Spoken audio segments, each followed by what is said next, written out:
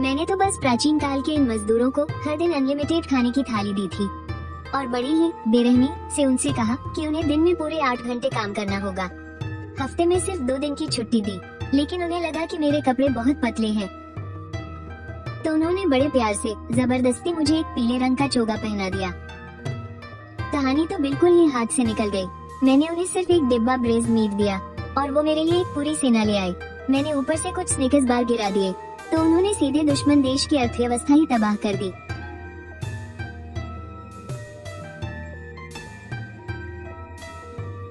यार, मुझे इतनी तेज भूख क्यों लग रही है? कीवर्ड डिटेक्ट हो गया है। अनलिमिटेड फूड सिस्टम कनेक्ट हो गया है। शुरुआती इनाम, मुफ्त खाने के डिब्बे, जितना चाहे उतना खाए।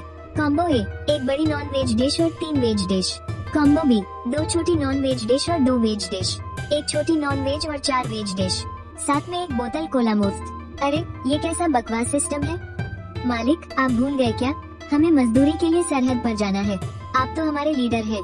किसने सोचा था कि आधे रास्ते में ही आप अचानक बेहोश हो जाएंगे? हमारी टोली में किसी को वैद्यगिरी भी नहीं आती। आप पूरे 1 दिन और 1 रात ऐसे ही बेसुध पड़े रहे। हम सब बेबस थे। शुक्र है भगवान का कि आखिरकार आपकी जान बच गई। मुझे साफ साफ बताओ, मैं हूँ कौन?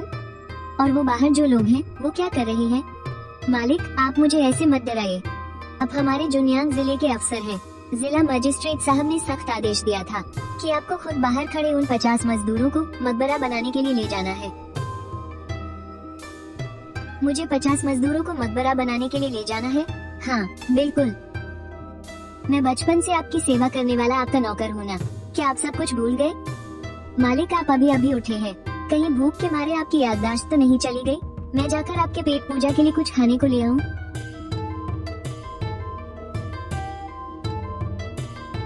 मालिक, ये मोटे अनाज की रोटी है।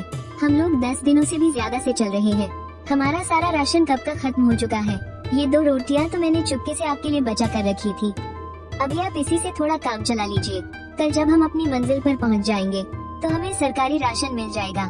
दिखने में ये भले ही थोड़ी अजीब है, लेकिन कम से कम ये प्राचीन काल का बिल्कुल शुद्ध और बिना मिलावट वाला खाना तो है। बाप रे, ये तो बहुत कड़क है। इस रोटी में सिर्फ भूसा ही नहीं मिला है, लगता है इसमें रेत भी मिली हुई है। शुरू में इसे चबाते ही मेरा गला बुरी तरह से छिलने लगा, लेकिन सच कहूँ तो आखिर तक चबाते चबाते इसमें से असली अनाज की बहुत अच्छी महक आने लगी। लेकिन ऐसी चीजें कभी कभार शौक के लिए खाना ठीक है। अगर रोज खाया ना तो मेरे दांत पक्का टूट जाएंगे।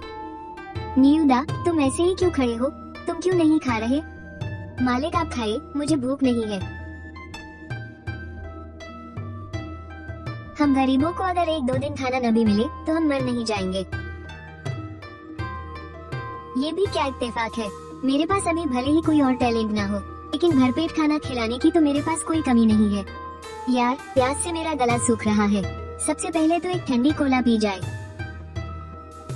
सिस्टम, कॉम्बो ए और कॉम्बो सी बाहर निकालो। लो, तुम ये खाओ। मालिक, खाने की ये जादुई चीजें आखिर आप कहाँ से प्रकट कर रही हैं? अरे, तुम्हें खाने को बोला है ना, तो चुपचाप खाओ। मुझे तुमसे और भी कई बातें पूछनी है। कहीं तुम भूख से मर गए तो मेरे सवालों का जवाब कौन देगा? मीट।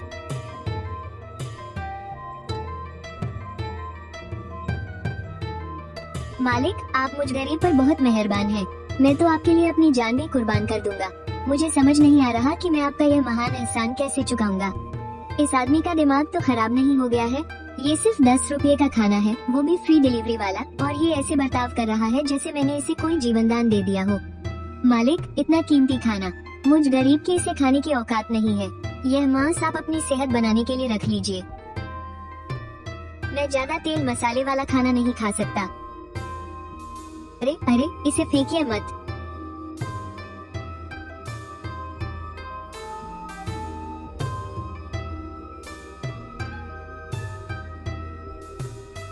मालिक, नियुदा को जीते हुए 30 साल से ज्यादा हो गए, लेकिन जिंदगी में पहली बार पता चला कि दुनिया में इतना स्वादिष्ट खाना भी होता है। देवताओं का खाना भी शायद ऐसा ही होता होगा। अच्छा लग रहा है ना? बस यही काफी है। यहाँ एक और डिब्बा है, इसे भी पूरा खा लेना। चावल का एक दाना भी बचना नहीं चाहिए। अधिकारी जी, ये भागने की कोशिश कर रहा था, हमने इसे पकड़ लिया। मैं भागना नहीं चाहता था, मैं बस भूख के मारे तड़प रहा था। मैं तो बस आसपास कुछ खाने के लिए ढूंढने गया था। डिंग लाउडा, मेरी बात कान खोल कर सुन लो। तुम सामूहिक सजा का नियम अच्छी तरह जानते हो। अगर तुम अकेले भागे तो हम 50 के 50 लोगों के सिर धड़ से अलग कर दिए जाएंगे।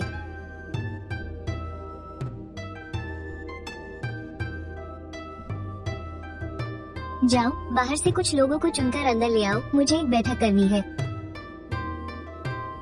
मैं अभी गया और अभी आया। ये इंसानों जैसे कहाँ लग रहे हैं। इनके बाहर निकले हुए हाथ पैर देखो। इन्हें हड्डियों का ढांचा कहना भी इनकी तारीफ होगी। क्या मैं किसी 18वें नरक में आ गया हूँ? तुम लोग मजदूरी करने जा रहे हो और ठीक से खड़े भी नहीं हो पा रहे हो। हवा का एक झोंका भी तुम्हें गिरा देगा। ऐसे में पत्थर उठाकर काम कैसे करोगे?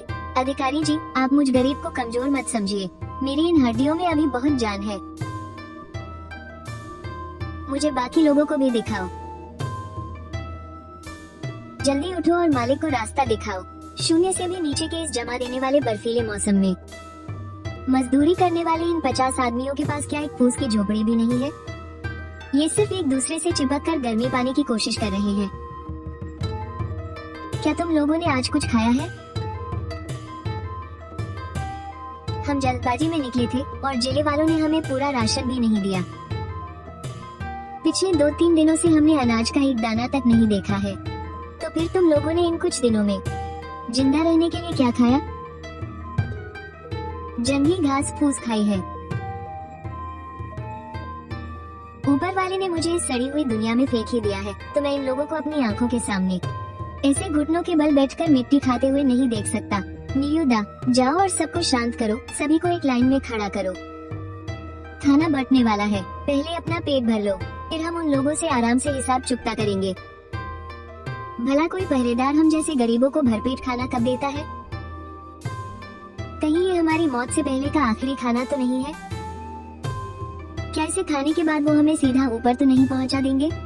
अरे तुम लोग इतनी बकवास क्यों कर रहे हो? हर किसी को 2-2 डिब्बे मिलेंगे। ये तो मांस है और साथ में हरी भरी सब्जियां और सफेद चावल। हमारे चुन्यांग जिले का सबसे बड़ा जमींदार भी तीज त्योहार पर भी शायद ही ऐसी दावत देता हो। ये तो देवताओं का खाना है। इसे खाने की हमारी क्या औकात? भाइयों, आज हर किसी को सिर्फ 2 डिब्बे ही मिलेंगे। पेट भी नहीं भरता और ज्यादा देते भी नहीं। मुझे डर था कि तुम लोग इतने दिनों से भूखे हो, कहीं अचानक ठूस ठूस कर खाने से तुम्हारा पेट ही न फट जाए। बस कुछ दिन रुक जाओ, जब तुम्हारा शरीर थोड़ा ठीक हो जाएगा ना, तो मैं वादा करता हूँ सब कुछ छक कर खिलाऊंगा। मुखिया जी, आप सच सच बताइए, कहीं हम लोग सरकार के खिलाफ बगावत तो नहीं करने वाले? बस एक बार साफ साफ बता दीजिए। ये मौत का आखिरी खाना खाकर आखिर हमें किसकी जान लेनी है?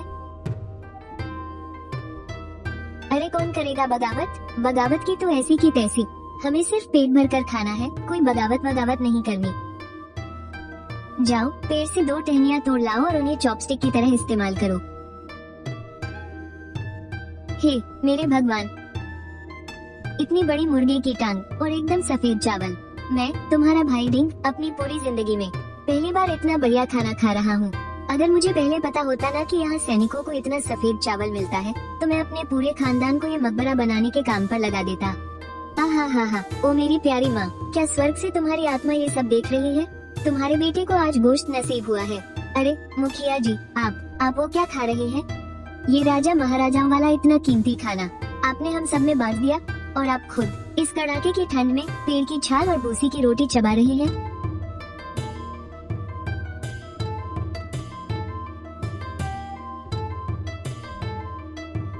आज तो सबके कदम पहले से कहीं ज्यादा फुर्तीले लग रहे हैं।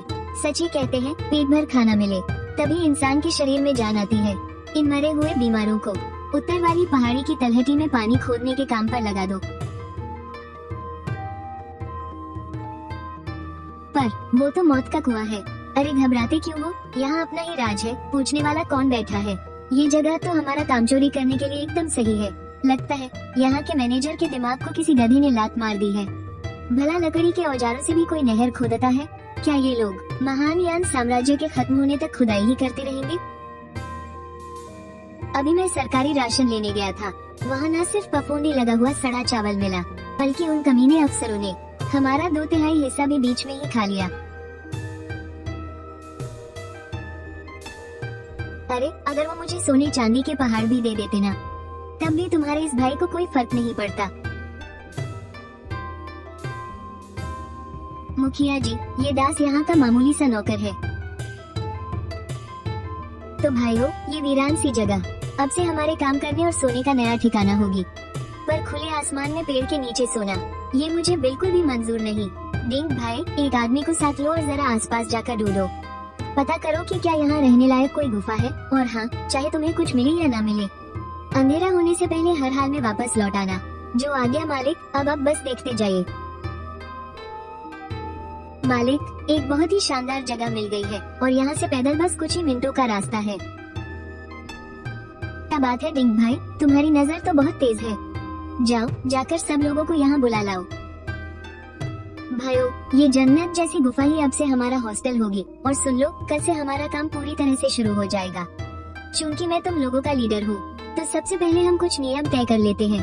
काम के घंटों की बात करें तो मैंने पहले सोचा था कि हम दिन में 8 घंटे काम करेंगे, लेकिन तुम सबकी खस्ता हालत देखते हुए, जो कि अभी किसी कमजोर और बीमार मुर्गी जैसी है, मैंने फैसला किया है कि हम सिर्फ 6 घंटे काम करेंगे। मालिक, ये 6 घंटे का काम क्या होता है? अरे मतलब, जब सूरज निकलेगा तो हम काम पर जाएंगे और दोपहर में धूप तेज होने पर वापस आकर सो जाएंगे। फिर शाम को सूरज ढलने से पहले, जब मौसम ठंडा होगा, तब थोड़ा और काम करेंगे।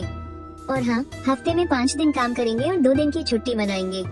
अगर आंधी तूफान या बारिश आए तो कोई काम नहीं होगा, और अगर कभी तबीयत खराब हो जाए तो छुट्टी लेने पर भी कोई पैसा नहीं कटेगा। सबको बात समझ में आ गई ना? मालिक, अरे ये तो घर पर खेती करने से भी ज्यादा आराम की बात है।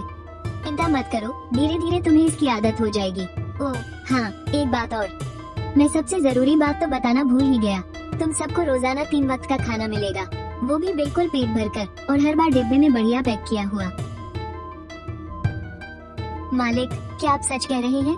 हमें भरपेट खाना मिलेगा? अरे हाँ भाई, 100% सच।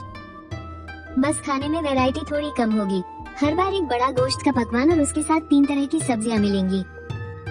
सच कहूँ तो मुझे डर था कि तुम लोग ये खा कर बोर हो जाओगे। बिल्कुल नहीं, बिल्कुल नहीं। बदलने की कोई जरूरत नहीं है मालिक, बस भरपेट मांस मिलना चाहिए। मजाक कर रहे हो क्या? ऐसा खाना देखकर तो किसी के भी मुंह में पानी आ जाए। ठीक है, अब एक आखिरी नियम सुन लो। आज से हफ्ते में 1 बार नहाना बहुत जरूरी है। साफ सफाई का पूरा ध्यान रखना होगा। हे भगवान, इनके चबाने की आवाज तो भूखे भेड़ियों से भी ज्यादा खतरनाक है। ये 4 खाली डिब्बे हो चुके हैं। इनके पेट तो ऐसे लग रहे हैं जैसे अभी फट जाएंगे। मुझे तो डर लग रहा है कि कहीं ये अगले ही पल फट कर मर न जाए। मालिक का दिया हुआ ये बढ़िया मांस का खाना हाथ में लेकर खड़े हो। क्या हुआ, पसंद नहीं आया क्या? श्रीमान, आप इतने सारे जानलेवा लड़ाकों को पाल रहे हैं, आखिर आपका इरादा क्या है? जानलेवा लड़ाके? लगता है भूख के मारे इस लड़के का दिमाग खराब हो गया है और ये उल बक रहा है। मेरे भाई, न तो मैं कोई लड़ाके पाल रहा हूँ और न ही मुझे दूसरों की जिंदगी और मौत से खेलने का कोई अजीब शौक है। मैं तो बस यहाँ गड्ढे खोदने वालों का मुखिया हूँ। तो फिर मुझे ये खाना देने का क्या मतलब है? बिना कुछ किए मैं कोई इनाम नहीं ले सकता। मैंने देखा कि भूख से तुम्हारी हालत खराब हो रही है, तो बस ऐसे ही तुम्हें खाने के लिए कुछ दे दिया। और वैसे भी इस गुफा में काम करने वाले हर मजदूर को यही खाना मिलता है। क्या मैंने किसी से खून खराबा करवाया है? हाँ हाँ हाँ, मालिक न सिर्फ हमें बढ़िया खाना देते हैं, बल्कि हमसे सिर्फ 6 घंटे ही काम करवाते हैं। लाओ इधर, अगर तुम्हें लगता है कि मैं तुम्हारा फायदा उठा रहा हूँ तो मत खाओ इसे। अरे नहीं, मैं खाऊंगा। मेरा नाम लियू चिंगशान है। मालिक का ये खाना खाने के बाद मैं मरते दम तक पूरी वफादारी से आपका साथ दूंगा।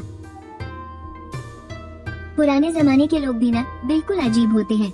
इन पर थोड़ा सा भी तरस खाओ तो इन्हें तुरंत लगने लगता है कि तुम इनसे कोई बगावत करवाने वाले हो। पेट भर के खाओ, शरीर में जान रहेगी तभी तो कुछ कर पाओगे। सत्यानाश, इसे तो भयंकर बुखार है। आज के जमाने में तो बस 2 गोलियां खाकर सो जाने से ये ठीक हो जाता, लेकिन यहाँ एक मामूली सा बुखार भी इंसान की जान ले सकता है। मालिक, क्या आपको इलाज करना भी आता है? हाँ, थोड़ा बहुत जानता हूँ। छिंगशान, तुमने यहाँ 3 साल तक मुंशी का काम किया है। क्या यहाँ आसपास के पहाड़ों में हवांगजिंग नाम की जड़ी बूटी मिलती है? हाँ, लेकिन उसके लिए घने जंगल में जाना होगा। बारिश रुकते ही तुम और नियुदा मशाल लेकर निकल जाना। गुफा के आसपास ही ढूंढने की कोशिश करना और देखना कि कहीं पुदीना और दूसरी जड़ी बूटियाँ मिल जाएं। याद रखना, सुबह होते ही तुम्हें वापस लौटना है। चाहे कुछ मिले या न मिले, लौट आना। बचपन में हम बहुत गरीब थे, इसलिए सर्दी बुखार होने पर हम घरेलू नुस्खों से ही काम चलाते थे। ऐसी छोटी मोटी बीमारियों का इलाज तो मैं आसानी से कर सकता हूँ। और वैसे भी अब तो मेरे पास एक ऐसा जबरदस्त तरीका है जो किसी चमत्कार से कम नहीं। जड़ी बूटियाँ तो मिल गई, लेकिन काढ़ा बनाने के लिए बर्तन कहाँ है? हमारे शिविर में लोहे का एक टुकड़ा तक नहीं है। मालिक, क्या आपको काढ़ा उबालने के लिए किसी बड़े बर्तन की जरूरत है? हाँ, क्या तुम्हारे पास कोई जुगाड़ है?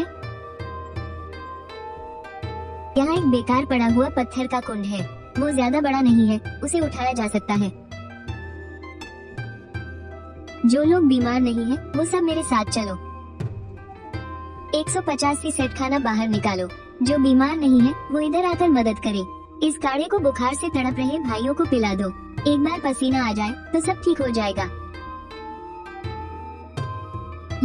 ये जादुई गर्माहट और यह शहद जैसी मिठास। जनाब, क्या यह अमृत है? बकवास बंद करो। हर दिन बस फालतू में चौंकते रहते हो। मानना पड़ेगा, ये पुराने जमाने के लोग दिन भर मेहनत मजदूरी करते हैं, इसलिए इनका शरीर हम आज के लोगों से कहीं ज्यादा मजबूत है। बस थोड़ा सा पसीना ही तो निकला है और देखो चेहरे पर कैसी लालिमा आ गई। लो भाई लो, सब कुछ एक साथ मिला दिया है। ये सूप वूप सब एक साथ गटक जाओ ताकि तुम्हारी हड्डियों में घुसी सारी ठंड निकल जाए। ये बूढ़ा तब से आया है, बस मुझे ही घूरे जा रहा है। समझ नहीं आ रहा कि आखिर ये चाहता क्या है।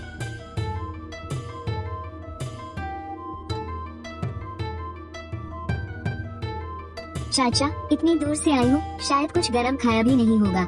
पहले थोड़ा खा ले। तो अफवाहें सच निकली। मैं इस मनहूस जगह पर कुछ ही दिन पहले तो आया हूँ और अभी से मेरे नाम के चर्चे होने लगे। हम नौजवान, मैं आपको किस नाम से पुकारूं? अच्छा, तो अब जनाब लुओबू है। एकदम किसी तपस्वी की तरह। चाचा, एक काम करो, तुम पहले खा ही लो। अभी दुआ सलाम करने के इन 2 मिनटों में ही तुम्हारे पेट से 6 बार गुड़गुड़ की आवाज आ चुकी है। आप बहुत साफ दिल के हैं जनाब। तो ठीक है, मैं आपकी बात मान लेता हूँ। सच कहूँ तो पेट में सचमुच चूहे कूद रहे थे। अब चाचा का पेट भी भर गया। तुम आखिर हो कौन जो मुझे ढूंढते हुए इस बियाबान जंगल में चले आए?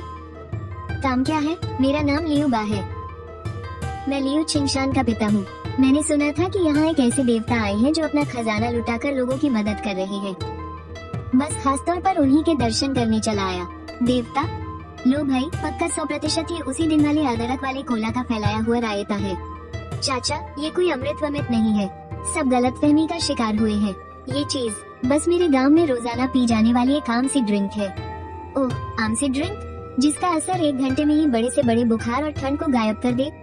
उफ, इस पुराने जमाने में किसी गलतफहमी को दूर करना मतलब बात का बतंगड़ बनाना है। चखने के बाद खुद ब खुद पता चल जाएगा कि ये कोई जादू है या नहीं। सीधे पी जाता हूँ। क्या बात है, ऐसा लग रहा है जैसे रग रग में ऊर्जा की कोई नदी बहने लगी हो। मैं आपके सामने नतमस्तक हूँ जनाब। ये चमत्कारी चीज वाकई कोई मामूली चीज नहीं है। लो भाई, अब तो मैं चाहे गंगा नहा लूं, मेरी बात पर कोई यकीन नहीं करने वाला।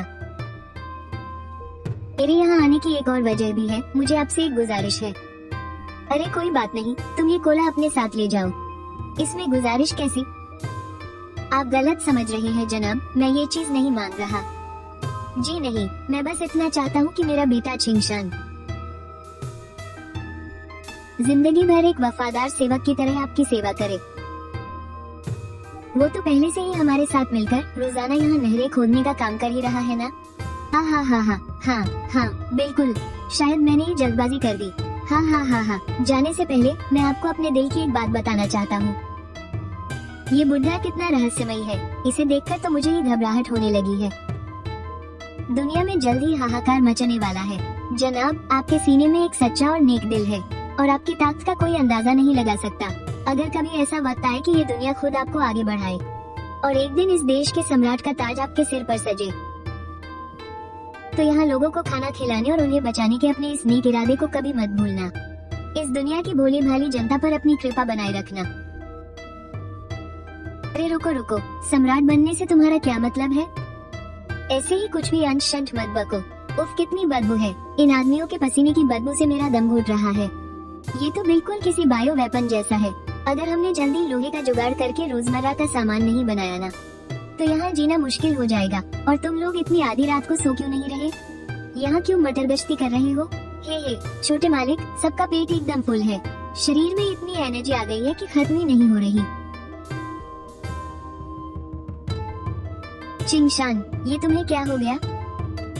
मेरे पिता ने भरे दरबार में बिना अपनी जान की परवाह किए महाराज को जवानी में इतना बड़ा मकबरा बनाने से रोका था। इस पर उन्होंने मेरे पिता को मौत की सजा सुना दी।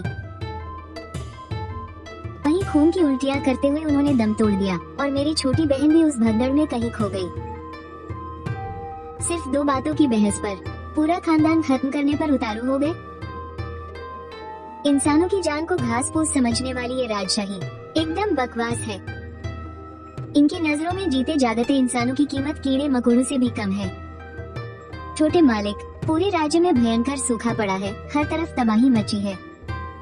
परसों मुख्य निर्माण स्थल पर राशन खत्म होने की वजह से एक बहुत बड़ा दंगा भड़क उठा है और ये आग बहुत जल्द यहाँ तक भी पहुँच जाएगी। आपको अभी से तैयारी कर लेनी चाहिए। दंगे, इतिहास की किताबों में छपे वो किसानों के विद्रोह, वो तो इंसानी सिरों के ढेर से बनी मौत की चक्कियाँ होती हैं। मेरे पिता ने अपने आखिरी खत में कहा था कि मैं किसी भी कीमत पर बाग की ये आदि मुहर आपको सौंप दूं। उन्होंने कहा था कि ये आपके बहुत काम आएगी।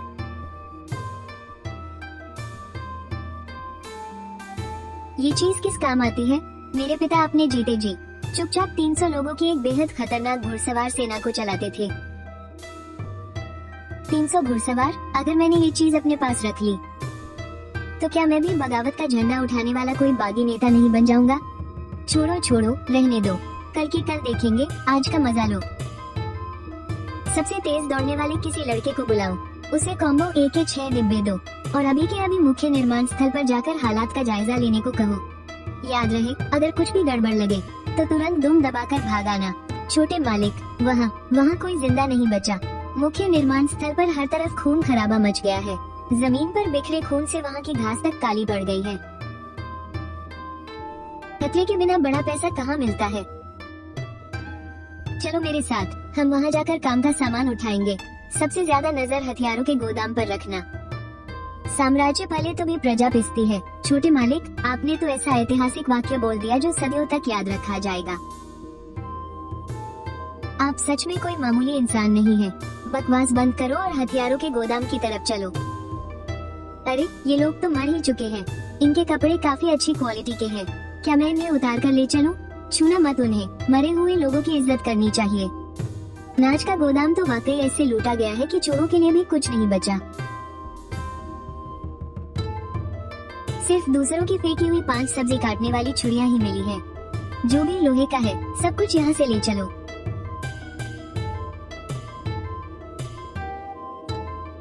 पीछे वाले आंगन में हमें न सिर्फ घास चर रहे जिंदा घोड़ों की 4 कतारें मिली, बल्कि 4 घोड़ा गाड़ियाँ भी मिल गयी।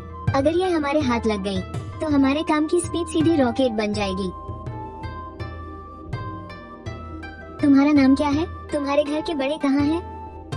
हम, रहने दो, बेचारी डर के मारे सुनना पड़ गई है। अगर इसे यहीं छोड़ दिया तो ये पक्का जिंदा नहीं बचेगी। इसे गाड़ी में बिठाओ और कैंप वापस चलो। क्या हुआ, भूख नहीं लगी? खा लो, हम सब भी यही खाते हैं। घबराओ मत, इसमें जहर नहीं है। अरे, तुम रोने क्यों लगी? क्या खाना अच्छा नहीं है? वाह, कितना स्वादिष्ट है। काश मेरे माता पिता को भी ऐसे सफेद चावल खाने को मिलते। तो फिर थोड़ा और खा लो ना।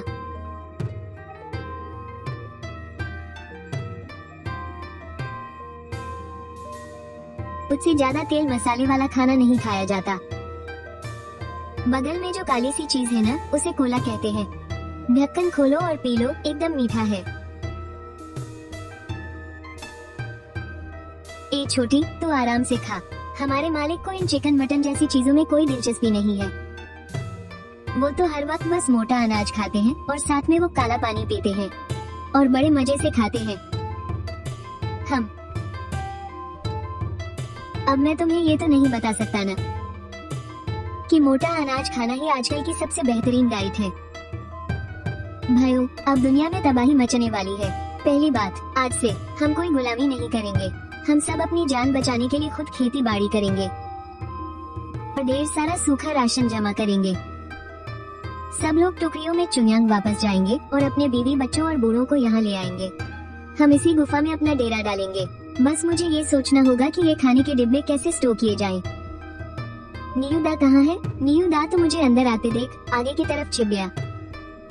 मालिक, आपने मेरी जान बचाई है। मुझ दासी के पास आपका एहसान चुकाने के लिए कुछ नहीं है। अगर आपको एतराज न हो तो ये दासी जीवन भर आपकी निजी सेविका बनकर रहना चाहती है। गजब है, निजी सेविका। इस पुराने जमाने के लोगों का दिमाग भी ना एकदम अलग ही चलता है। क्या मालिक को मेरी बदसूरत शक्ल से नफरत है? पर मैं अभी भी पूरी तरह पवित्र हूँ। अरे रुको रुको रुको, तुम्हारी उम्र क्या है? 15 साल की हो। ये उम्र तो तुम्हारे बड़े होने की है। खूब कसरत किया करो और ये निजी सेविका वाली बकवास आगे से कभी मत करना। क्या मेरे चेहरे पर थर की बुढ़ा लिखा है?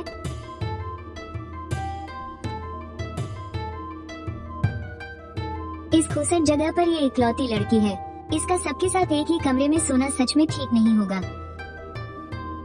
आज से तुम मेरे और नियुदा के साथ टेंट में रहोगी। और हाँ, इस जगह की साफ सफाई की जिम्मेदारी तुम्हारी होगी। सारा सामान ठिकाने पर रखना, यही तुम्हारा काम होगा। अभी अभी उस छोटी बच्ची को मालिक के टेंट में भेजा है ना? लगता है हमारे इन देवता को भी औरतों का शौक है। अरे बेवकूफ, ये तो बहुत अच्छी बात है। कम से कम इससे ये तो साबित होता है कि देवता के अंदर भी इंसानी जज्बात हैं। हे, अरे सुन, मेरी एक दूर की चचेरी बहन है। जब हम अपने घर वालों को लेने जाएंगे ना, तो मैं अपनी उस बहन को पक्का लाऊंगा ताकि मालिक एक बार उसे देख ले। तुम्हें थोड़ी सी भी शर्म नहीं है? तुम्हारी शक्ल तो किसी मेढक जैसी है, तो तुम्हारी बहन क्या कोई अप्सरा होगी? मेरी अपनी एक सगी बहन है जो अभी सिर्फ 16 साल की है। एकदम हसीन है। अगर किसी को मिलवाना ही है तो सबसे पहले मेरी बहन की बात होनी चाहिए। भला हो उस जनरल इंजीनियरिंग वाले जुगाड़ का जहाँ से हम मुफ्त में ये लोहे के बर्तन और कपड़े ले आए। इस जंगल में हमारा गुजारा आखिरकार पाषाण युग से निकलकर एक अच्छे खासे जमींदार वाले स्तर तक पहुँच ही गया। हाँ, शुक्रिया चुन्नी। आज से हम एक बड़ा काम शुरू करेंगे। इस गुफा तक हम एक ऐसी सड़क बनाएंगे जिस पर घोड़ा गाड़ी चल सके। मालिक, हमें दूसरों से हमेशा सावधान रहना चाहिए। इस पहाड़ के रास्ते पर मेरा सुझाव है कि हम यहाँ 3 रास्ते बनाएं, 2 नकली और 1 असली। हम बेलों और सूखी लकड़ियों से ऐसा चकमा देंगे और फिर जगह जगह पर रुकावटें बिछा देंगे। अगर सैनिक या कोई बागी इस पहाड़ की तलाशी लेने आ भी गए तो इस गुफा में घुसने के लिए उन्हें लोहे के चने चबाने पड़ेंगे। ठीक है, जैसा तुम कह रहे हो वैसा ही करो।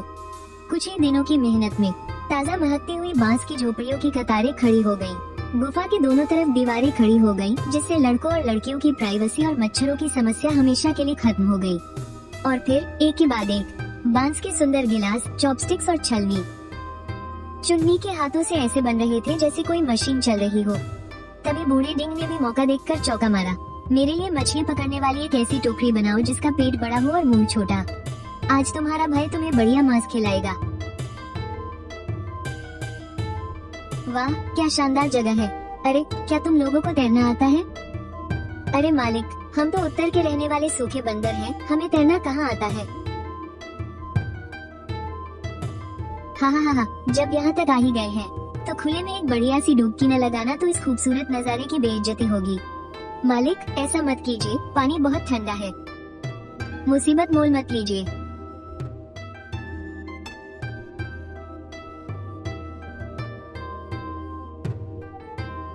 अरे बाप रे, किस बेशर्म और जंगली मछली ने धोखे से मेरे पिछवाड़े पर इतनी जोर से काट लिया। आउच, क्या यहाँ की मछलियाँ इतनी ज्यादा भूखी हैं? नियुदा, जल्दी से मेरी मछली पकड़ने वाली टोकरी यहाँ लाओ। लो आ गया माल। छोटी मछलियों को छोड़ दो और बड़ी वाली को घास की रस्सी से बांध लो। नियु भाई, आपने तो कहा था कि मालिक बहुत बड़े ज्ञानी इंसान हैं, जो आमतौर पर मांस मछली को छूते तक नहीं और सिर्फ रूखी सूखी रोटी खाते हैं। शायद मालिक का मन अचानक से बदल गया हो। आखिर इतना बढ़िया और ताज़ा मांस, अगर भगवान भी आ जाए तो वो भी इसे खाने से मना नहीं कर पाएंगे। वक्त तो जैसे पंख लगाकर उड़ गया। देखते ही देखते एक पूरा महीना बीत गया।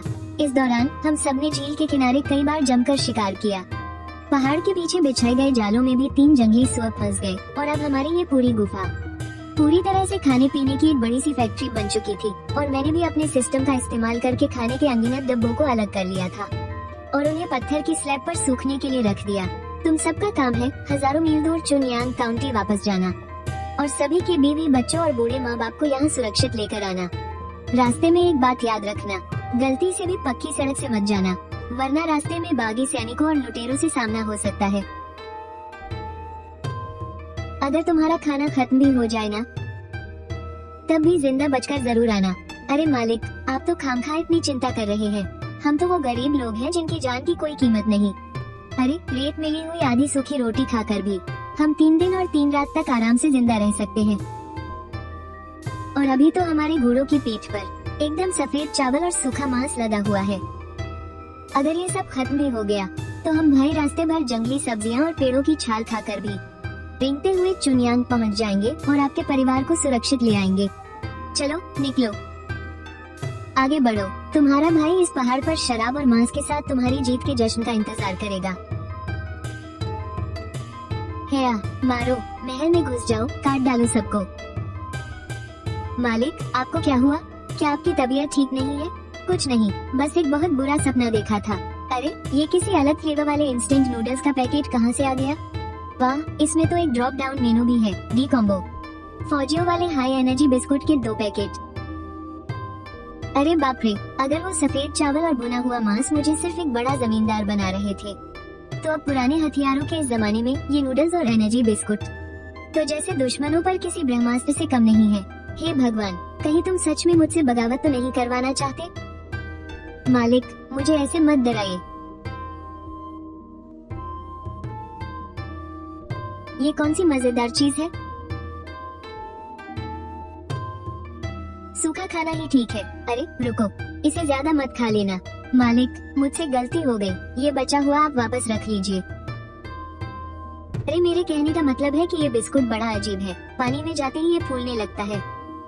एक छोटा सा टुकड़ा खाओगे तो आधे से ज्यादा दिन की भूख मिट जाएगी। एक साथ बहुत ज्यादा खा लिया ना तो पेट फट जाएगा, जान भी जा सकती है। मालिक, क्या ये देवताओं का खाना है ना? बस एक निवाला खाने से कई दिनों तक भूख ही नहीं लगती। हाँ, एकदम भयंकर चीज है। बस सूंघने भर से इंसान 500 साल जी सकता है। एक निवाला खाओ तो 999 साल की उम्र पक्की।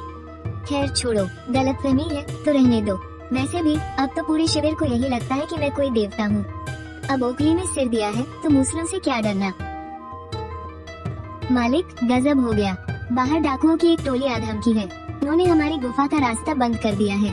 क्या बकवास है डाकू? अरे क्या हमने पहाड़ के रास्ते पर 3 सड़कें नहीं बनाई थी और इतने सारे जाल और रुकावटें भी तो लगाई थी? तो क्या वो पंख लगाकर उड़कर आ गए? मुझे भी कुछ नहीं पता हुजूर। वो लोग बहुत अजीब हैं। हमने जो भी धोखे वाले जाल और तरकीबें लगाई थी ना, वो उनकी नस नस से वाकिफ है। सीधा अंदर घुसते हुए चले आ रहे हैं। शुक्र है कि अभी तक किसी की जान नहीं गई। बस उनके सरदार ने खुलेआम कहा है कि वो आपसे मिलना चाहता है। मुझसे? तो इन्हें डाकू कहते हैं। अगर मैं जोर से छींक भी दूं ना तो शायद 3 लोग तो ऐसे ही उड़ जाएंगे।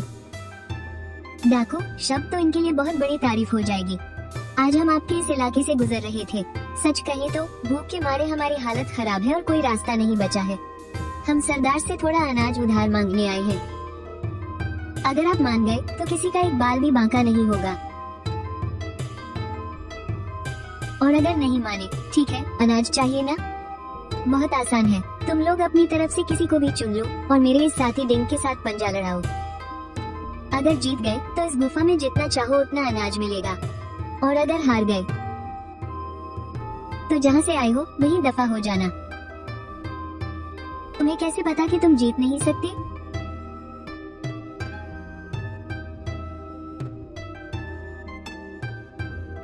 जरा इसे तोड़कर तो दिखाओ।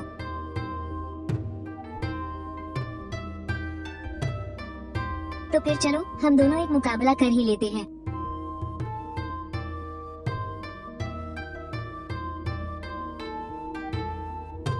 ठीक है, तुम्हारी ये ख्वाहिश भी पूरी कर देते हैं। तुम्हारे पास ये बाग वाली मुहर कहाँ से आई? अगर एक लफ्ज भी झूठ बोला ना तो आज चाहे मेरी जान ही क्यों ना चली जाए, मैं तुम्हारे टुकड़े टुकड़े करके कुत्तों को खिला दूंगा। एक दोस्त ने दी थी। अगर सच सच नहीं बताया तो मेरी तलवार किसी पर रहम नहीं खाएगी। बाहर निकलो।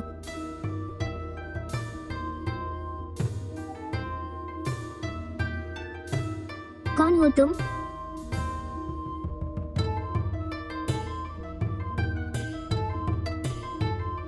मंत्री लियो, वो तुम्हारे क्या लगते हैं?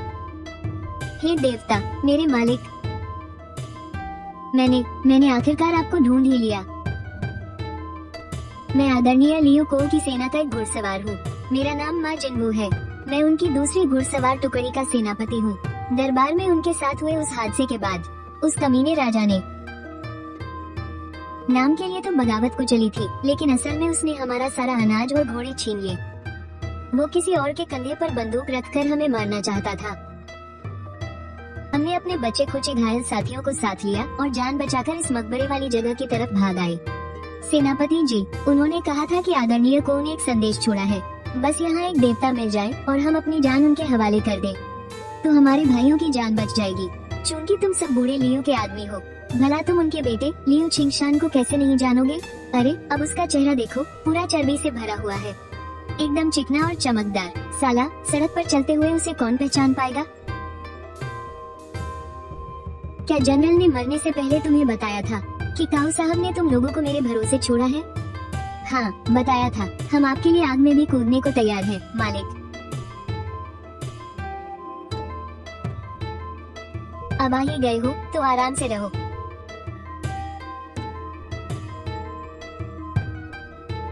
हम तो हारे हुए सिपाही हैं। हम इतने शानदार और दिव्य पकवानों के लायक कहाँ हैं? अगर देवता हमें जंगली सब्जियों की कुछ रोटियां भी दे दे तो हम आपके लिए मर मिटने को तैयार हैं। अरे माँ साहब, आप बिना किसी झिझक के पेट भर के खाए। यहाँ मालिक से लेकर झाड़ू लगाने वाले तक सब यही खाते हैं, और त्योहारों पर तो एक मुर्गे की टांग भी एक्स्ट्रा मिलती है। आपको सच में डरने की कोई जरूरत नहीं है। हाँ हाँ हाँ, एकदम बेफिक्र रहिए, खूब पेट भर के खाए। आगे चलकर बहुत सी जगहों पर आपकी जान की जरूरत पड़ने वाली है। मैं माँ जिन्वू ये खाना खा रहा हूँ। आज के बाद से मेरी जान पूरी तरह से आपके हाथों में है। हाँ हाँ हाँ, बिल्कुल ऐसा ही। देवता जहाँ इशारा करेंगे हम वहीं हमला करेंगे। हमारी ये जान अब देवता के नाम है। अरे रुको रुको रुको, ढंग से खाना खाओ और चैन से जिंदगी जियो, यही सही रास्ता है। दिन भर ये मार काट की बातें मत किया करो। मैं कोई देवता वेवता नहीं हूँ, मैं तो बस एक आम आदमी हूँ जो सुकून से खेती करना चाहता है। मुझे देवता बुलाना बंद करो और मुझे देखकर ये घुटनों के बल बैठना भी बंद करो। समझ गए देवता जी? ओ माँ, इस जन्म में पहली बार बिना कंकर वाले सफेद चावल खाने को मिल रहे हैं। मांस। माँ, मैं तो राजाओं वाला खाना खा रहा हूँ। मालिक कोई आम इंसान नहीं है। लगता है अब इस दुनिया की किस्मत बदलने वाली है। लाओ माँ, मैं पिछले कुछ दिनों से एक बात को लेकर बहुत उलझन में हूँ। हमने जो ये जाल और चकमा देने वाले रास्ते बनाए हैं, इनमें हमारी बहुत मेहनत लगी है। तो फिर तुम लोग बिना किसी सैनिक को नुकसान पहुँचाए, बिना एक भी जाल को छुए गुफा के दरवाजे तक कैसे पहुँच गए? मालिक, शायद आपको पता नहीं है, ये चकमा देने वाले रास्ते दरअसल जंग के मैदान में बड़े हमलों को रोकने के लिए इस्तेमाल होते हैं। इन्हें सालों पहले खुद काऊ साहब ने बनाया था, हमारी घुड़सवार सेना में। मुझे भी शुरू में बहुत हैरानी हुई थी कि इस सुनसान जंगल में काऊ साहब का चक्रव्यूह किसने बना दिया। बस इसी उत्सुकता में मैं सही रास्ता पकड़कर अंदर तक आ गया। इसे ही तो ऊपर वाले की लिखी किस्मत कहते हैं। अगर ये चक्रव्यूह न होता तो हमारी टुकड़ी या तो बागी सैनिकों के हाथों मारी जाती या फिर पहाड़ों में भूख मर गई होती। तो लियू छिंगशान ने अपने बाप की ही तरकीब का इस्तेमाल किया और किस्मत देखो, वो अपने बाप की ही खास सेना से जा टकराया। इसे ही तो किस्मत कहते हैं।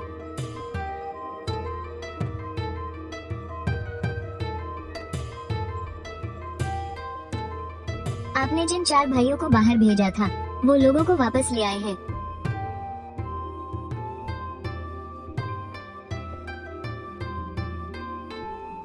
हम सबको वापस ले आए। बहुत बढ़िया काम किया भाइयों। रास्ते में कोई भारी नुकसान तो नहीं हुआ ना? रास्ते में लूटपाट करने वाले कुछ डाकुओं से थोड़ी झड़प हो गई थी। अकाल से बचकर यहाँ तक का सफर तय करना सच में बहुत मुश्किल था। सबके लिए खाने का इंतजाम करो। जी हाँ, ये सच में स्वर्ग है। सच में सफेद चावल। अरे वाह, ये तो सच में सफेद चावल है। अरे बाबा जल्दी उठिए, जल्दी उठिए। अरे मेरी इतनी उम्र नहीं कि आपका ये प्रणाम स्वीकार कर सकूं। मैं पिंगली गांव का मुखिया हूँ। मेरा नाम सुनही है। आपने हजारों लोगों को इस भयानक मुसीबत से बचाया है। साक्षात भगवान भी धरती पर आ जाए तो वो भी आपकी इस महानता की बराबरी नहीं कर सकते। ये बुढ़ा तो बिल्कुल नफा तुला बोल रहा है। साला पक्का किसी सरकारी महकमे की पुरानी और चालाक लोमड़ी है। लगता है इसका रुतबा लियो काऊ से कम नहीं होगा। पहले पेट भर खा लीजिए, फिर बात करेंगे। आप लोग इतने लंबे और थका देने वाले रास्ते से आए हैं, कहीं ऐसा न हो कि जोर लगाने के चक्कर में आप फिर से बेहोश हो जाएं। मालिक बिल्कुल सही कह रहे हैं। पहले खाना खा लीजिए, पहले खाना खाइए। इस बार तुम लोग कुल कितने लोगों को साथ लाए हो? हमें मिलाकर कुल 317 लोग हैं। रास्ते में भूख और बीमारी से 5 लोगों की मौत हो गई, तो अब कुल 312 लोग ही बचे हैं। हम तो बस अपने परिवार वालों को लेने गए थे, लेकिन खबर फैल गई। गांव के जो लोग भूख से तड़प रहे थे और जिनका बचना मुश्किल था, वो जिद करके हमारे पीछे पीछे आ गए। मालिक, अगर आपको सजा देनी ही है तो सिर्फ मुझे सजा दीजिए। ये मेरा ही फैसला था। मैं भला तुम्हें सजा क्यों दूंगा? इंसान होने के नाते मरते हुए को ऐसे ही कैसे छोड़ा जा सकता है? कुछ 100 लोगों के खाने का ही तो सवाल है। क्या मैं इतना भी नहीं खिला सकता? जाओ, जाकर सबके ठहरने का इंतजाम करो, लेकिन ध्यान रखना सोने से पहले जमीन को आग से अच्छी तरह सेक लेना ताकि नमी खत्म हो जाए। सुन बाबूजी मेरे पिता के साथ राज दरबार में काम करते थे। बस उन्हें हमारे सम्राट का वो फिजूल खर्ची वाला रहन सहन पसंद नहीं आया, तो उन्होंने अपनी जान पर खेलकर इसका विरोध किया। नतीजतन रानियों के परिवार वालों ने उन पर बगावत का झूठा इल्जाम लगा दिया। इस बुड्ढे के अंदर ज्ञान और चालाकी कूट कूट कर भरी है।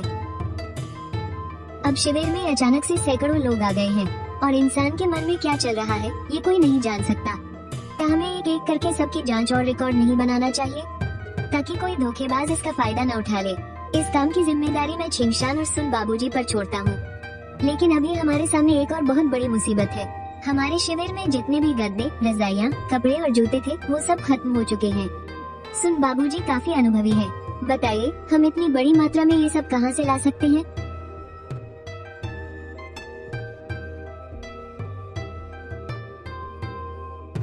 अरे बाप रे, देखने में तो ये बड़े शरीफ लगते हैं, लेकिन दिमाग में तो बस लूटपाट और मार काट ही भरी है। यहाँ से कुछ ही दूरी पर लाओमुजू पहाड़ है। वहाँ के डाकुओं ने सरकारी अफसरों के साथ हाथ मिला रखा है। वो लोग गांव वालों पर बहुत जुल्म करते हैं और अब तो उनकी गुंडागर्दी और भी बढ़ गई है। उन्हें लूटना तो एक तरह से भगवान का काम करने जैसा होगा, लेकिन वो डाकू बहुत खतरनाक और सिरफिरे हैं। हम उनसे नहीं लड़ सकते। क्या आपको अपने आदमियों की ताकत को लेकर कोई गलतफहमी है? अगर हमारी तरफ से कोई मारा गया तो सुना है कि उनके अड्डे पर 20 से भी ज्यादा जंगी घोड़े हैं, लेकिन मुझे डर है। वो लोग सालों से गरीबों को लूट रहे हैं। सर्दियों के कपड़े, रजाइयाँ और जूते उनके गोदामों में पहाड़ों की तरह भरे पड़े होंगे, जिनकी कोई गिनती ही नहीं। बस मुझे वहाँ के रास्तों का डर है। और हाँ, उनके सरदार का एक अजीब सा शौक है। उसे सोना इकट्ठा करने का बहुत बड़ा चस्का है। सोना भाड़ में गई ये इंसानियत और शराफत। ईश्वर की मर्जी से मैं लुओबो ये ऐलान करता हूँ। हम लाओमुजू पहाड़ से गुजर रहे थे और उन कमीने डाकुओं ने हम पर बुरी नजर डालने की हिम्मत की। अब ये बर्दाश्त के बिल्कुल बाहर है। आज मैंने फैसला कर लिया है। बाप रे, आपने तो मुझे डरा ही दिया। मुझे लगा कि मालिक ने आखिरकार बगावत करने का मन बना ही लिया है, लेकिन आप तो बस उन डाकुओं के छत्ते पर हमला करने जा रहे हैं। हुजूर, मुझे बस 4 घोड़े दीजिए, मैं अपने 8 आदमियों को साथ लेता हूँ। मैं उनके उस पहाड़ी अड्डे का नामो निशान मिटा दूंगा। पर बड़े भाई, सामने बैठे वो लोग इस इलाके के खूंखार गुंडे हैं। वहाँ सैकड़ों जानलेवा बदमाश हैं। तुम बिल्कुल भी लापरवाही मत करना। कैसे खूंखार? वो तो बस एक फालतू सी भीड़ है जिन्हें ढंग से कोई चक्रव्यूह भी बनाना नहीं आता। अगर उनके पीछे सरकारी ताकत का हाथ ना होता तो मेरी एक छोटी सी टुकड़ी ही उन्हें कुचल कर रख देती। लेकिन सिर्फ 8 लोग, क्या ये कुछ ज्यादा ही जल्दबाजी नहीं होगी? अरे बिल्कुल काफी है। तू पागल है क्या? मेरा मतलब था कि हम इतना सारा माल उठाकर कैसे लाएंगे? उस गोदाम में रखा वो सारा सोना और बाकी का सामान। क्या बूढ़े सुन ने नहीं बताया था कि उनकी पहाड़ी पर 20 घोड़े हैं? तो क्या वो सारा सामान लादने के लिए काफी नहीं होंगे? लगता है इस दुनिया की असली सेना और डाकुओं की ताकत को लेकर मेरी सोच में बहुत बड़ी गलतफहमी थी।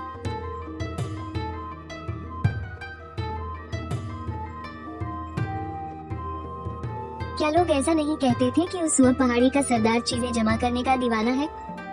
तो फिर उसके पास बस इतनी सी ही गुप्त दौलत कैसे निकली? अरे हुजूर, ये कम नहीं है। बस ये एक संदूक भरा सोना चांदी ही किसी भी शहर में ले जाइए, ये वहाँ के सबसे अमीर जमींदारों और सेठों को भी पीछे छोड़ देगा। अब उनके पास कोई नोट छापने की मशीन थोड़ी ना है, तो फिर वो कितनी ही दौलत जमा कर पाते? तुम सब भाई लोग इसे आपस में बांट लो। इस कबाड़ का मेरे लिए वैसे भी कोई काम नहीं है। नहीं हुजूर, ऐसा हरगिज नहीं हो सकता। आपने हमारी घुड़सवार सेना के 100 से भी ज्यादा लोगों की जान बचाई है। आपके लिए इन डाकुओं को मारना तो बस हमारे बाएं हाथ का खेल था। हम सेवा किसे लेने की जरूरत बिल्कुल नहीं कर सकते। जब मैं कह रहा हूँ ना, तो चुपचाप इसका आधा हिस्सा रख लो। हुजूर, आप ऐसा करके हमें शर्मिंदा कर रहे हैं। अगली बार से क्या तुम ये बात बात पर घुटने टेकना बंद करोगे? तुम इन भाइयों को अपने साथ बाहर ले जाते हो तो अपनी जान हथेली पर रखकर मौत के मुंह से खेल कर आते हो, और जीत हासिल करने के बाद भी अगर तुम अपने लोगों को इनाम के तौर पर असली सोना चांदी नहीं दोगे, तो आगे इस मार काट भरी दुनिया में कौन सा पागल तुम्हारे लिए अपनी जान दांव पर लगाएगा? आप बिल्कुल सही कह रहे हैं हुजूर। भाइयों में बांटने के लिए इतना काफी होगा, बाकी आप अपनी जरूरत का सामान खरीदने के लिए रख लीजिए। आखिरकार अब हमारे शिविर में भी सैकड़ों लोगों का पेट जो भरना है। इसे तुम अपने लिए रखो, शराब पीने के काम आएगा। और ये पैसों का संदूक लियू शिंगशान को भिजवा दो। पता करो कि इस गुफा में किस चीज की कमी है और किसी को नीचे शहर भेजकर वो सारा सामान खरीद लाओ। पैसा तो बस खर्च करने के लिए ही होता है। जो पैसा खर्च ही ना हो वो तो लोहे के कबाड़ जैसा है। हे। और हाँ, जो हमने पहले जब्त किया था उसे मिलाकर अब मेरे पास पूरे 9 घोड़ों की ताकत हो गई है। इतिहास की किताबों में लिखा है कि 10,000 रथों वाला देश सबसे ताकतवर होता है। जरा सोचो, जब मैं भी 10,000 घोड़े जमा कर लूंगा। मैं जो दिन भर बस निकम्मों की तरह खा पी कर मरने का इंतजार करता था, मेरे दिमाग में अचानक ये शाही ख्याल कहाँ से आने लगे? ये राजा महाराजाओं की दुनिया का असर तो सच में बहुत डरावना है।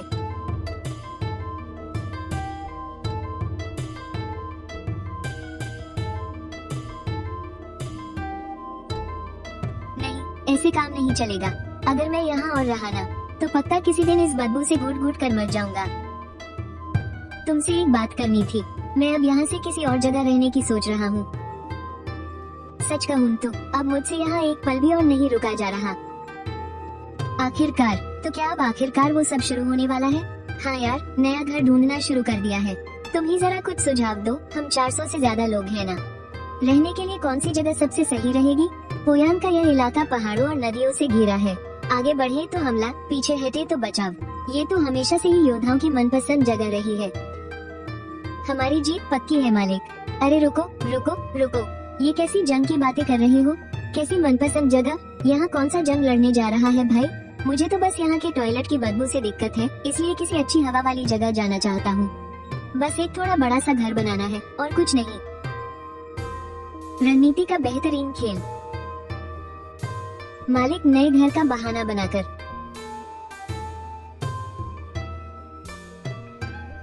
शिंगशान, तुम बहुत ही सीधे साधे इंसान हो। चलो कहीं और चलकर कोई अच्छी जगह देखते हैं। एक बड़ा सा नया घर बनाते हैं और इन 400 लोगों को वहाँ ले चलते हैं।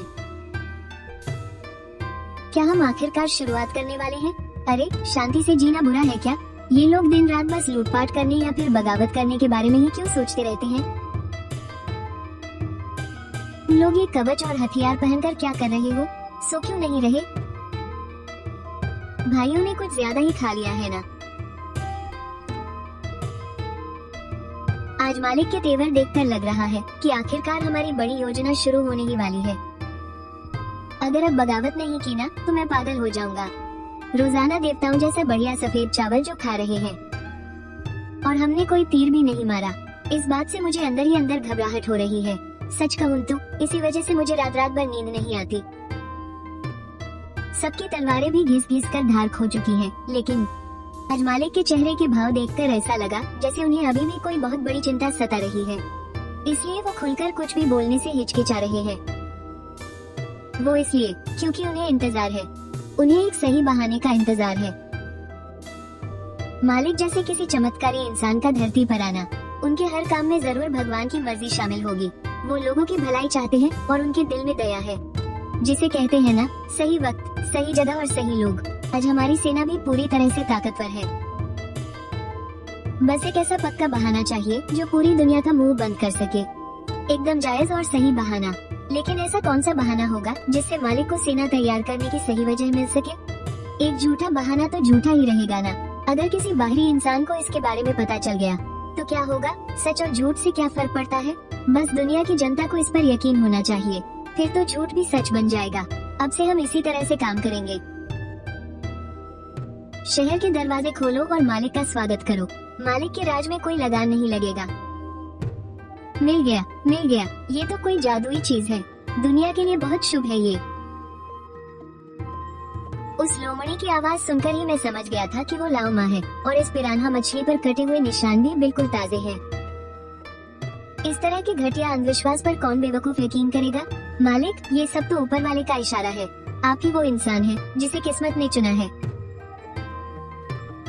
ये लोग मुझे बगावत करने पर मजबूर करने के लिए सच में पूरी तरह से पागल हो चुके हैं। एक दुबला पतला सा बूढ़ा आदमी आया है जो खुद को पोयांग शहर का अधिकारी बता रहा है। अरे, जब से हमने पहाड़ों में अपना डेरा डाला है, ये पहली बार है जब किसी सरकारी अधिकारी ने खुद से यहाँ आकर हमसे मुलाकात की है। जनाब, जरा मेरे शहर की ये खास ड्रिंक तो चक्कर देखिए। एकदम ताजगी भरा है, दिमाग की बत्ती जला देगा। हुजूर, आपकी ये ड्रिंक तो सच में बहुत ही जबरदस्त और कड़क है। मुझे लगता है जनाब ने अभी तक खाना नहीं खाया है। अरे हुजूर, आपने तो मुझे शर्मिंदा कर दिया। रास्ते में बागियों से बचते हुए सच कहूँ तो मैंने 2 दिन से कुछ नहीं खाया है। ये रूखा सूखा खाना, बड़े साहब, इसे बुरा मत मानिएगा। गर्मा गर्म है, बस पेट भरने के लिए थोड़ा खा लीजिए। आप बहुत महान हैं, छोटे मालिक। इस उथल पुथल वाले दौर में पेट भरने के लिए थोड़ा सा मोटा अनाज मिलना भी किसी सपने से कम नहीं है। मुझ बूढ़े की क्या मजाल जो मैं नखरे करूं। लगता है बाहर जो अफवाहें उड़ी थी वो सब सच है। कैसी अफवाहें? यही कि छोटे मालिक बहुत महान हैं, उनके पास जादुई शक्तियां हैं और वो लाखों लोगों को मौत के मुंह से बचा रहे हैं। पढ़े लिखे लोगों की बातें सुनने में कितनी मीठी लगती है ना। ठीक है, ठीक है बड़े साहब, अब जल्दी से गर्मा गर्म खा लीजिए।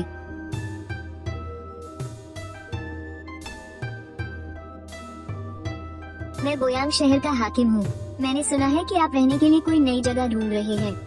इत्तेफाक से हमारा बोयांग शहर आजकल हर किसी को पनाह दे रहा है। कहीं ये वही जगह तो नहीं जिसके बारे में उस शातिर बूढ़े सुन ही ने बताया था कि वो जंग के लिए एक अहम जगह है? वाह, ये तो मुंह मांगी मुराद पूरी होने वाली बात हो गई। जाओ साहब, काफी देर हो गई है। रात के वक्त पहाड़ों के रास्तों पर चलना खतरे से खाली नहीं है। आज रात यहीं गुजारा कर लीजिए। मेरे साथ 2 खास अंगरक्षक भी हैं जो पहाड़ के नीचे भूखे बैठे हैं। क्या उनके लिए भी कुछ मिल सकता है? अरे यार, ये तो गड़बड़ हो गई। खैर, जब जाओ साहब आज रात यहीं रुक रहे हैं। सुनो लाओमा, उनके आराम के लिए पास ही एक तंबू लगा दो।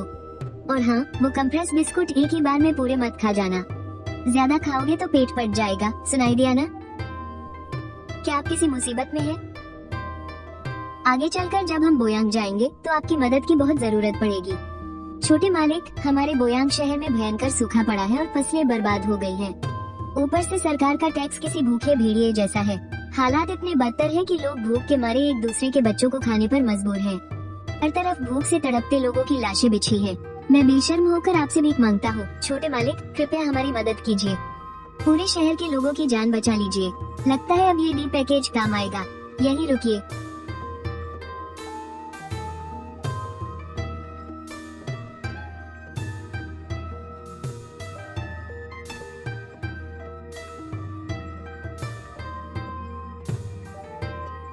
वाह, मैंने अपनी पूरी जिंदगी में इतने लाजवाब नूडल्स कभी नहीं खाए। बहुत ही स्वादिष्ट है। छोटे मालिक, तो क्या आपका मतलब है कि क्या आप हम पर मेहरबानी करके थोड़े से नूडल्स हमें भी दे सकते हैं? इससे तो शहर वालों के दांत का कोना भी नहीं भरेगा। अभी मेरे पास 9 बड़े घोड़े हैं। मैं उनमें 9 गाड़ियां लाद कर भिजवा दूंगा। फिलहाल के लिए इससे तुम्हारी तुरंत की मुसीबत कुछ तो कम होगी।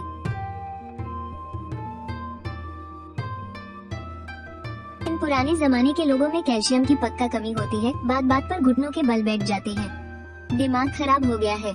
नियू दा, अभी जाकर सुनही और लियू छिंगशान को बुला लाओ। हमें बोयांग में पूरी तरह से बसने की योजना बनानी है। सुनही सच में एक चालाक लोमड़ी है जिसने शाही दरबार में काम किया है। सफर के रास्ते से लेकर राशन बांटने तक उसने हर चीज का एकदम सटीक इंतजाम किया है। सुनो सुन और छिंगशान, शहर बदलना अपनी जगह है, लेकिन ये पत्थर के इंसानों और बोलने वाली लोमड़ियों जैसी अफवाहें।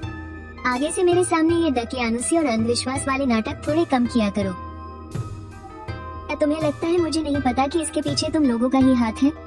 छोटे मालिक की डांट से आंखों पर। हम आगे से अपनी मर्जी से ऐसा कुछ भी करने की जुर्रत नहीं करेंगे। बिल्कुल बिल्कुल, लेकिन छोटे मालिक, पुरानी कहावत है कि जब कोई चमत्कार होना होता है तो ऊपर वाला खुद इशारे देता है, और जब किस्मत में ही कुछ लिखा हो तो इंसानों के बस में उसे टालना कहाँ होता है। हाँ हाँ हाँ, अरे भाड़ में जाओ तुम सब। टीम क्या बड़ी हो गई है।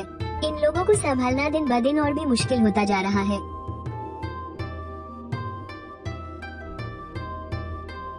बाप रे, ये जगह तो बहुत विशाल है। छोटे मालिक, ये बोयांग शहर कोई आम शहर नहीं है। ये पिछले 2 शांग राजवंशों की राजधानी हुआ करता था। इस शहर की दीवारों की नींव तक में राजसी शक्ति बसती है। तभी तो देखने से ही लग रहा है कि इस जगह की बात ही कुछ और है।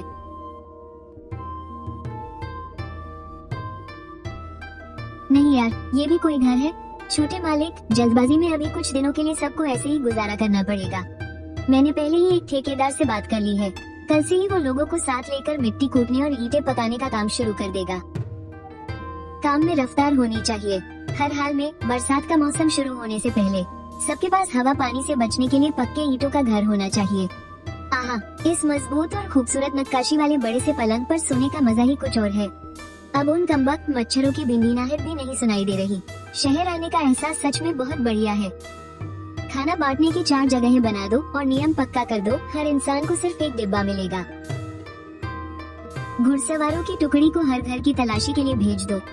जो लोग इतने बीमार हैं कि बिस्तर से उठ नहीं सकते, उनका खाना सीधा उनके घर पहुंचाओ। पहले जब कुछ दर्जन लोगों की बात होती थी तो मैं बस हाथ हिलाकर सब संभाल लेता था, बिल्कुल आराम से। लेकिन अब पूरे शहर के इन बेसहारा लोगों को देखकर समझ नहीं आ रहा, मैं यहाँ मसीहा बनने आया हूँ या खुद को थका थका कर मरने। 100 हिस्से और निकालो। नहीं, किसी को सिर्फ खाना देने से बेहतर है उसे खाना कमाना सिखाना। इस तरह खाने के डिब्बे बांटना कोई पक्का इंतजाम नहीं है।